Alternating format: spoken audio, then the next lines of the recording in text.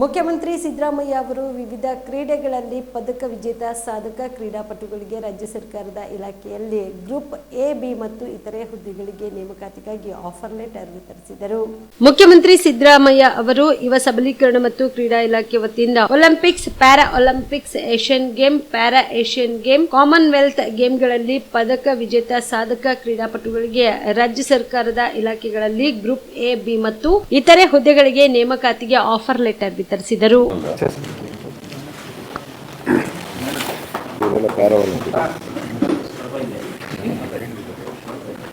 ರಾಘವೇಂದ್ರ ರತ್ನಾಕರ್ ಅವಣಕರ್,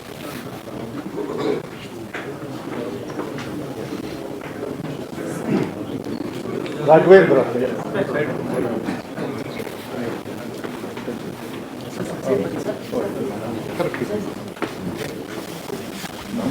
ಅಭಿನಂದನೆಗಳು.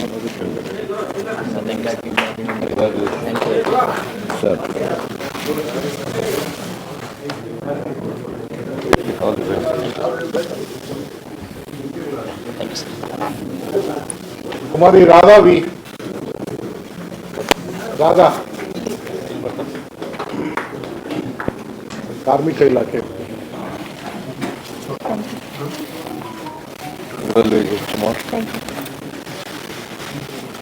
ಶ್ರೀ ಶರತ್ ಎಂಎಸ್, ಶರತ್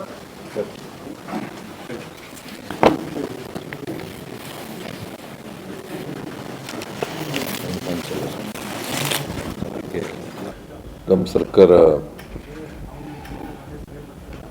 ಕ್ರೀಡಾಪಟುಗಳಿಗೆ ಸರ್ಕಾರದಲ್ಲಿ ಉದ್ಯೋಗವನ್ನು ಕೊಡ್ತಕ್ಕಂಥ ತೀರ್ಮಾನವನ್ನು ಮಾಡಿದೆ. ಇವತ್ತು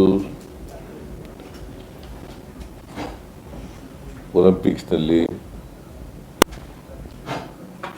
ಮತ್ತು ಏಷ್ಯನ್ ಗೇಮ್ಸ್ನಲ್ಲಿ ಪದಕ ಪಡೆದಂಥವ್ರಿಗೆ ಒಲಿಂಪಿಕ್ಸ್ನಲ್ಲಿ ಗೆದ್ದಿದ್ರೆ ಅವ್ರಿಗೆ ಕ್ಲಾಸ್ 1 ಪೋಸ್ಟು ಮತ್ತು ಏಷ್ಯನ್ ಗೇಮ್ಸ್ನಲ್ಲಿ ಗೆದ್ದಿದ್ರೆ ಕ್ಲಾಸ್ 2 ಪೋಸ್ಟು, ಸುಮಾರು 12 ಜನರಿಗೆ ಇವತ್ತು ಅವಕಾಶ ಪತ್ರ, ಕನ್ನಡದಲ್ಲಿ ಆಫರ್ ಲೆಟರ್, ನೇರ ನೇಮಕಾತಿ ಮೂಲಕ ನೇಮಕಾತಿ ಮಾಡ್ಕೊಳ್ತಕ್ಕಂಥದ್ದು. ನಾನು 16-17ರಲ್ಲಿ ಹುಬ್ಬಳ್ಳಿನಲ್ಲಿ ಒಂದು ಒಲಿಂಪಿಕ್ಸ್ ಅಸೋಸಿಯೇಷನ್ ಅವರು ಏರ್ಪಾಡು ಮಾಡಿದ್ದಂಥ ಒಂದು ಕ್ರೀಡಾಕೂಟದಲ್ಲಿ ಭಾಗವಹಿಸಿದ್ದೆ. ಆಗ ನಾನು ಘೋಷಣೆ ಮಾಡಿದೆ, ಯಾರು ಒಲಿಂಪಿಕ್ಸ್ನಲ್ಲಿ ಪದವಿ ಪಡ್ಕೊಳ್ಳುವ ಸಾಧನೆ ಮಾಡ್ತಾರೆ, ಪದಕಗಳನ್ನು ಪಡೀತಾರೆ, ಏಷ್ಯನ್ ಗೇಮ್ಸ್ನಲ್ಲಿ ಪದಕಗಳನ್ನು ಪಡೀತಾರೆ, ಕಾಮನ್ವೆಲ್ತ್ ಕ್ರೀಡಾಕೂಟದಲ್ಲಿ ಯಾರು ಪಡೀತಾರೆ ಅವ್ರಿಗೆಲ್ರಿಗೂ ಕೂಡ ಸರ್ಕಾರದಲ್ಲಿ ಆದ್ಯತೆ ಮೇಲೆ ಕೆಲಸ ಕೊಡೋಣ ಅಂತೇಳಿ ಹೇಳಿದ್ದೆ. ಅದಾದಮೇಲೆ ಮುಂದೆ ಬಂದಂಥ ಸರ್ಕಾರ ಅದನ್ನು ಜಾರಿ ಮಾಡ್ತಕ್ಕಂಥ ಪ್ರಯತ್ನವನ್ನು ಮಾಡಲಿಲ್ಲ. ನಾವು ಮತ್ತೆ ಅಧಿಕಾರಕ್ಕೆ ಬಂದ ಮೇಲೆ ಇದನ್ನು ಜಾರಿ ಕೊಡ್ತಕ್ಕಂಥ ಪ್ರಯತ್ನವನ್ನು ಮಾಡಿದ್ದೇವೆ. ಪೊಲೀಸ್ ಇಲಾಖೆಯಲ್ಲಿ ಮಾತ್ರ 2% ಕೊಡಬೇಕು ಅಂತೇಳಿ ಮಾಡಿದ್ರು ಬಸವರಾಜ ಬೊಮ್ಮಾಯಿ ಮುಖ್ಯಮಂತ್ರಿ ಆಗಿರುವ. ನಾನೀಗ 3% ಪೊಲೀಸ್ ಇಲಾಖೆಯಲ್ಲಿ ಮತ್ತು ಫಾರೆಸ್ಟ್ ಇಲಾಖೆಯಲ್ಲಿ 3% ಕೊಡಬೇಕು ಅಂತೇಳಿ ಕ್ಯಾಬಿನೆಟ್ನಲ್ಲಿ ತೀರ್ಮಾನ ಮಾಡಿದ್ದೀವಿ. ಮತ್ತು ಉಳಿದ ಎಲ್ಲ ಇಲಾಖೆಗಳಲ್ಲೂ ಕೂಡ 2% ಕೊಡಬೇಕು ಅಂತೇಳಿ ತೀರ್ಮಾನ ಮಾಡಿದ್ದೀವಿ. ಪದಕ ಪಡೆದು ಯಾರು ಗ್ರ್ಯಾಜುಯೇಟ್ಗಳಾಗಿದ್ದಾರೆ ಅಂಥ ಕ್ರೀಡಾಪಟುಗಳಿಗೆ ಕ್ಲಾಸ್ 1, ಕ್ಲಾಸ್ 2 ಹುದ್ದೆಗಳನ್ನು ಕೊಡ್ತಕ್ಕಂಥ, ಯಾರು ಪದವಿ ಪಡೆದಿರಲ್ಲ ಅಂಥ ಪದಕ ವಿಜೇತರಿಗೆ ಬೇರೆ ಡಿಪಾರ್ಟ್ಗಳಲ್ಲಿ ಕ್ಲಾಸ್ ಸಿ ಮತ್ತು ಕ್ಲಾಸ್ ಡಿ ಹುದ್ದೆಗಳನ್ನು ಕೊಡೋದು ಅಂತ ತೀರ್ಮಾನ ಮಾಡಿದ್ದೀವಿ. ಇದಕ್ಕೆ ನೋಟಿಫಿಕೇಶನ್ ಕೂಡ ಇಶ್ಯೂ ಆಗಿದೆ. ಸೊ ಇವತ್ತು 12 ಜನ ಸಾಧಕರಿಗೆ ಪದಕ ವಿಜೇತರಿಗೆ 12 ಜನಕ್ಕೆ ಸರ್ಕಾರಿ ಉದ್ಯೋಗಗಳನ್ನು ಕೊಡ್ತಾ ಇದ್ದೀವಿ. ಒಬ್ರಿಗೆ ಮಾತ್ರ ಕ್ಲಾಸ್ 1 ಹುದ್ದೆ ಸಿಗ್ತಾ ಇದೆ. ಇನ್ನು ಉಳಿದ 11 ಜನರಿಗೆ ಕ್ಲಾಸ್ 2 ಹುದ್ದೆ ಸಿಗ್ತಾ ಇದೆ. ನೇರ ನೇಮಕಾತಿ ಇದು ಮಾಡ್ತಾ ಇರ್ತಕ್ಕಂಥದ್ದು. ಆನ್ಲೈನ್ನಲ್ಲಿ ಅರ್ಜಿ ಕರೆದಿದ್ದು, ಆ ಅರ್ಜಿ ಮೇಲೆ ಒಂದು ಕಮಿಟಿ ಮಾಡಿದ್ದು, ಚೀಫ್ ಸೆಕ್ರೆಟರಿ ಅಧ್ಯಕ್ಷತೆಯಲ್ಲಿ ಒಂದು ಸಮಿತಿ ಇತ್ತು. ಆ ಸಮಿತಿಯವರು ಶಿಫಾರಸು ಮಾಡಿ ಸರ್ಕಾರಕ್ಕೆ ಸಲ್ಲಿಸಿದ್ದಾರೆ. ಆ ಶಿಫಾರಸಿನ ಆಧಾರದ ಮೇಲೆ ಇದನ್ನು ಈ ಪ್ರಶಸ್ತಿಗಳನ್ನು ಆಮೇಲೆ ಉದ್ಯೋಗ ಪತ್ರವನ್ನು ಕೊಡ್ತಾ ಇರ್ತಕ್ಕಂಥದ್ದು. ಸೊ ಅದಕ್ಕೋಸ್ಕರ ಈ ಸಭೆಯನ್ನು ಏರ್ಪಾಡು ಮಾಡಿದ್ದೀವಿ. ನಾನು ಎಲ್ಲ ಇವತ್ತಿನ ಯಾರ್ಯಾರು ಉದ್ಯೋಗ ಪತ್ರವನ್ನು ಪಡೀತಾರೆ ಮತ್ತು ಪದಕಗಳ ವಿಜೇತರಾಗಿದ್ದಾರೆ ಅವರೆಲ್ಲರಿಗೂ ಕೂಡ ತುಂಬು ಹೃದಯದ ಅಭಿನಂದನೆಗಳನ್ನು ಹೇಳಲಿಕ್ಕೆ ಬಯಸ್ತಾ ಇದ್ದೀನಿ. ಈಗ ನೀವೆಲ್ಲರೂ ಕೂಡ ಸರ್ಕಾರಿ ಸೇವೆಗೆ ಸೇರ್ತೀರಿ. ವಯಸ್ಸು ಕೂಡ ಈಗಾಗಲೇ ಮಂಜುನಾಥ್ ಅವರು ಹೇಳಿದಾಗೇನೆ ನಾವು ವಯಸ್ಸು ಕೂಡ ರಿಲ್ಯಾಕ್ಸ್ ಮಾಡಿದ್ದೀವಿ. 35 ವರ್ಷದಿಂದ 45 ವರ್ಷದವರೆಗೂ ಮಾಡಿದ್ದೀವಿ. ಯಾಕೆ 45 ವರ್ಷದೊಳಗಡೆ ಕೆಲಸಕ್ಕೆ ಸೇರ್ಕೋಬೇಕು. ನೀವು ಎಷ್ಟು ದಿನ ಕ್ರೀಡೆಗಳಲ್ಲಿ ಭಾಗವಹಿಸ್ತೀರೋ ಗೊತ್ತಿಲ್ಲ, ಎಷ್ಟು ವರ್ಷದವರೆಗೆ ಭಾಗವಹಿಸ್ತೀರೋ ಗೊತ್ತಿಲ್ಲ. ಆದರೆ ಉದ್ಯೋಗಕ್ಕೆ ಸೇರ್ಕೊಳ್ಳಲಿಕ್ಕೆ 45 ವರ್ಷದವರೆಗೂ ಕೂಡ ಅವಕಾಶಗಳಿರ್ತವೆ. ಸೊ ನೀವು ಸರ್ಕಾರಿ ಸೇವೆ ಇನ್ನು ಮುಂದೆ ಸರ್ಕಾರಿ ನೌಕರರಾಗ್ತೀರಿ. ನೀವೆಲ್ಲರೂ ಕೂಡ ಇದನ್ನು ಎಂಥದ್ದು ಪದಕಗಳನ್ನು ತಗೊಬಂದು ರಾಷ್ಟ್ರಕ್ಕೆ ರಾಜ್ಯಕ್ಕೆ ಗೌರವವನ್ನು ತಂದಿದ್ದೀರಿ.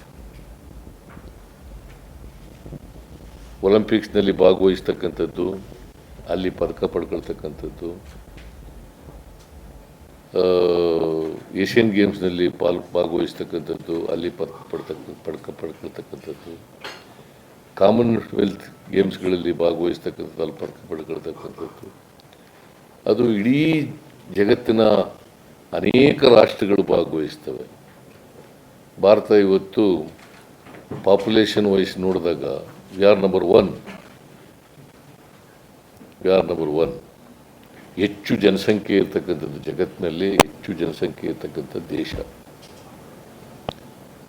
143 ಕೋಟಿ ಜನಸಂಖ್ಯೆ ಇದೆ. ಆದರೆ ಹೆಚ್ಚು ಜನ ಬರಬೇಕು ಅಂತಕ್ಕಂಥದ್ದು ನಮ್ಮ ನಿರೀಕ್ಷೆ.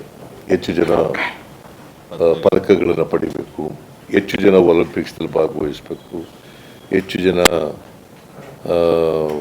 ಬೇರೆ ಬೇರೆ ಕ್ರೀಡೆಗಳಲ್ಲಿ ಭಾಗವಹಿಸಬೇಕು, ಹೆಚ್ಚು ಜನ ಬರಬೇಕು ಅಂತಕ್ಕಂಥದ್ದು. ಯಾಕಂತಂದರೆ ನೀವೆಲ್ಲರೂ ಕೂಡ ರಾಷ್ಟ್ರವನ್ನು ಪ್ರತಿನಿಧಿಸ್ತಕ್ಕಂಥವ್ರು.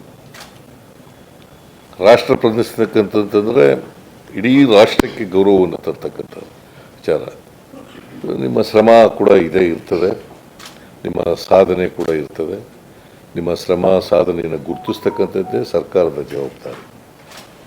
ಇನ್ನು ಹೆಚ್ಚು ಪ್ರೋತ್ಸಾಹವನ್ನು ಕೊಡ್ತಕ್ಕಂಥದ್ದು ಸರ್ಕಾರದ ಜವಾಬ್ದಾರಿ. ಇಂಥ ಪ್ರೋತ್ಸಾಹದಾಯಕವಾದಂಥ ಕ್ರಮಗಳನ್ನು ತಗೊಳ್ಳೋದ್ರ ಮೂಲಕ ಸರ್ಕಾರ ಕ್ರೀಡೆಗೆ ಹೆಚ್ಚು ಒತ್ತು ಕೊಡ್ತಕ್ಕಂಥ ಪ್ರಯತ್ನವನ್ನು ನಾವು ಮಾಡ್ತಾ ಇದ್ದೀವಿ. ಇಲ್ಲಿ ಸುಬ್ಬಯ್ಯನವರು ಕೂತಿದ್ದಾರೆ, ನಮ್ಮ ದೇಶವನ್ನು ಪ್ರತಿನಿಧಿ ಮಾಡಿದರು ಹಾಕಿನಲ್ಲಿ, ಕ್ಯಾಪ್ಟನ್ ಕೂಡ ಆಗಿದ್ದರು, ಹಾಕಿ ಕ್ಯಾಪ್ಟನ್ ಕೂಡ ಆಗಿದ್ದರು. ಸೊ ಅದು ಹೆಮ್ಮೆ ನಮಗೆ. ಒಬ್ಬರು ಕರ್ನಾಟಕದವರು ರಾಷ್ಟ್ರೀಯ ಹಾಕಿ ಟೀಮ್ನಲ್ಲಿ ಇದ್ದರು, ಅದರ ನಾಯಕತ್ವ ವಹಿಸಿದ್ರು ಅಂತಕ್ಕಂಥದ್ದು ಸಾಮಾನ್ಯ ವಿಚಾರ ಅಲ್ಲ. ಅದರಿಂದ ನಾವೆಲ್ಲರೂ ಕೂಡ ಹೆಮ್ಮೆ ಪಡಬೇಕಾದಂಥ ವಿಚಾರ. ಅದರಿಂದ ನಿಮ್ಮ ಬಗ್ಗೆ ಎಲ್ಲರ ಬಗ್ಗೆ ಯಾರ್ಯಾರು ಪದಕ ವಿಜೇತರಿದ್ದೀರಿ, ಉದ್ಯೋಗ ಪಡ್ಕೊಳ್ಳೋದು ಒಂದು ಭಾಗ. ಎರಡನೇದು ನೀವು ರಾಷ್ಟ್ರಕ್ಕೆ ಗೌರವ ತಂದುಕೊಟ್ಟಿದ್ದೀರಿ. ಅದಕ್ಕಾಗಿ ನಮಗೆಲ್ಲ ಹೆಮ್ಮೆ, ಇಡೀ ದೇಶಕ್ಕೆ ಹೆಮ್ಮೆ ತರ್ತಕ್ಕಂಥ ವಿಚಾರ. ನಿಮ್ಮೆಲ್ಲರಿಗೂ ಕೂಡ ಒಳ್ಳೆಯದಾಗಲಿ ಅಂತ ಹೇಳಿ ಶುಭ ಕೋರಿ ಮತ್ತೊಮ್ಮೆ ನಿಮಗೆಲ್ಲ ಅಭಿನಂದನೆಗಳನ್ನು ಸಲ್ಲಿಸಿ ನಾನು ಮಾತನ್ನು ಮುಗಿಸ್ತೇನೆ.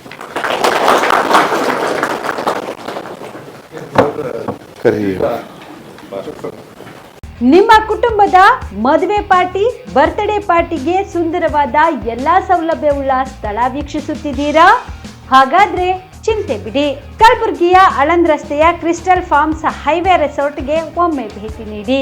ಹೌದು, ಕ್ರಿಸ್ಟಲ್ ಫಾರ್ಮ್ಸ್ ನಲ್ಲಿ ಸಭೆ ಸಮಾರಂಭ ನಡೆಸಲು seminar hall, birthday party, wedding reception, get together ಪಾರ್ಟಿಗಳು ಸೇರಿದಂತೆ ಎಲ್ಲ ಪಾರ್ಟಿಗಳು ಮಾಡಲು ವಿಶಾಲ ಹಾಗೂ ಎಲ್ಲ ಸೌಲಭ್ಯವುಳ್ಳ hitech hall, swimming pool, family restaurant, bar and restaurant, ಮಕ್ಕಳಿಗೆ ಆಟವಾಡಲು ಕಿಡ್ಸ್ ಗೇಮ್, ಸುಸಜ್ಜಿತ ಹಾಗೂ ಸುಂದರವಾದ ಶೂಟ್ ರೂಮ್, ವಿಭಿನ್ನ ಹಾಗೂ ಸ್ವಾದಭರಿತ ಕ್ಯಾಂಟಿನೇಟರ್ ತಿಂಡಿಗಳು, ಜಾಗಿಂಗ್ ಟ್ರ್ಯಾಕ್, ಜಿಮ್ ಸೇರಿದಂತೆ ಎಲ್ಲಾ ಸೌಲಭ್ಯಗಳು ಕ್ರಿಸ್ಟಲ್ ಫಾರ್ಮ್ಸ್ ನಲ್ಲಿ ಲಭ್ಯ.